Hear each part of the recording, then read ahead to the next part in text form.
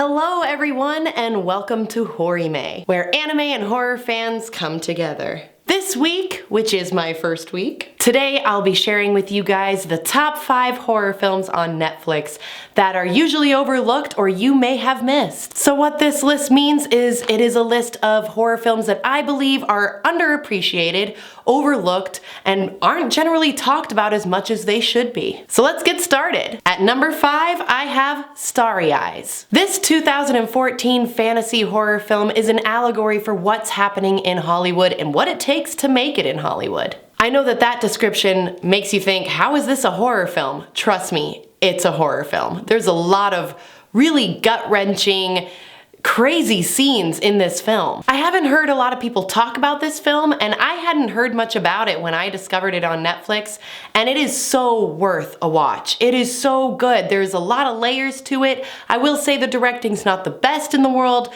the acting is pretty dang good, and it's overall a very entertaining film. Number 4 is Creep 1 and Creep 2. These found footage films starring Mark Duplass are amazing. I have never seen a found footage horror film like this one before. We have seen the Paranormal Activities, we have seen all of those kind of creepy videos that are found footage films, but we haven't seen anything, or at least I haven't, like this before. I will say the best part about these films is Mark Duplass himself. He is incredible. He sells you on this character.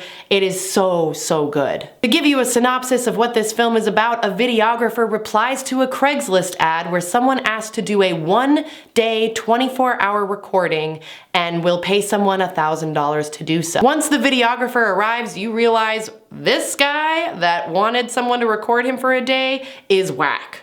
Or a creep. This movie keeps you guessing and definitely keeps you uncomfortable. I highly recommend that you watch both of them. I believe the second one's even better than the first one because it had a faster pace because you already understood what was going on from the first one. This movie definitely deserves to be on your queue list and one of the next horror films that you watch. Number 3, A Dark Song. This drama, thriller, horror film that came out in 2016 has so much depth to it. I'm going to keep my synopsis very brief so that I don't give anything away. In this Irish independent film, a woman finds an occultist and wants to do these series of crazy different dark rituals for a goal that isn't quite clear. I will say this film is a little slower paced and takes a while to get to the actual point, but everything's important. It's not slow for no reason.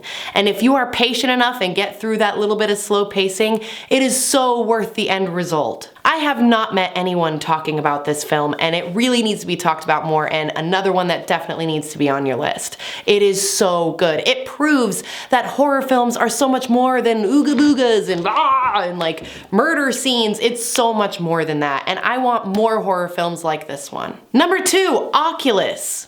This film, directed by Mike Flanagan, who is one of my favorite horror directors, that came out in 2013, was definitely underrated and underappreciated. It stars the talented and beautiful Karen Gillan, who's not only a wonderful actress, but in this movie, like, hair goals. I wish I had her beautiful hair in this film. This psychological thriller and horror is so unique. The basic premise of this film is that there is a brother and sister who lost their parents 10 years ago, and the sister Kaylee, who is played by Karen Gillan, is convinced that this creepy, haunted mirror that they owned as a kid was the reason why their parents were killed. That may sound like a very basic paranormal film to you, but trust me, there's a lot of psychological torment and craziness that happens throughout the entire film. It is so entertaining, definitely underappreciated, and I really think you should check it out. Not only is it on this list, it is in my top 10 horror films of all time. Number 1, Train to Busan. This Korean film that released in 2016 is incredible. Yes, it is in subtitles, but please get past the fact that it's in subtitles. It is so worth it. It's kind of like when you watch Pan's Labyrinth for the first time. If you have, you forget that subtitles are even there like 5 minutes in. This is a zombie film, and I am not really into zombie films. ones, but if they were more like Train to Busan, I would love them so much more. You get attached to every character, the dad and all these people that are on the train to Busan to escape the zombies. You get so attached to every character and there's so much to it, and I love the character development. I love how beautifully it's directed. The acting is amazing. It is so incredible.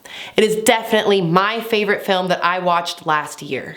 So whether you like zombie films or not, this one is on a whole nother level and I highly recommend it. Please get past the subtitles and just go for it.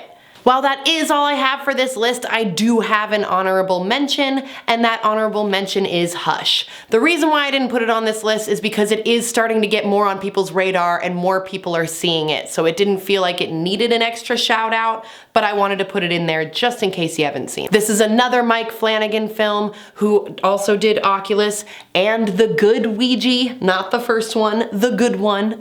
So in this film, a writer who is deaf is trying to write a new book, goes to her house in the cabin, and has to fight for her life when a masked serial killer comes to her house and wants to kill her, and she's deaf. I mean, come on, doesn't that sound like pure entertainment to you? And it really is. I was not bored for even 1 second. So that is all I have for you guys on my list.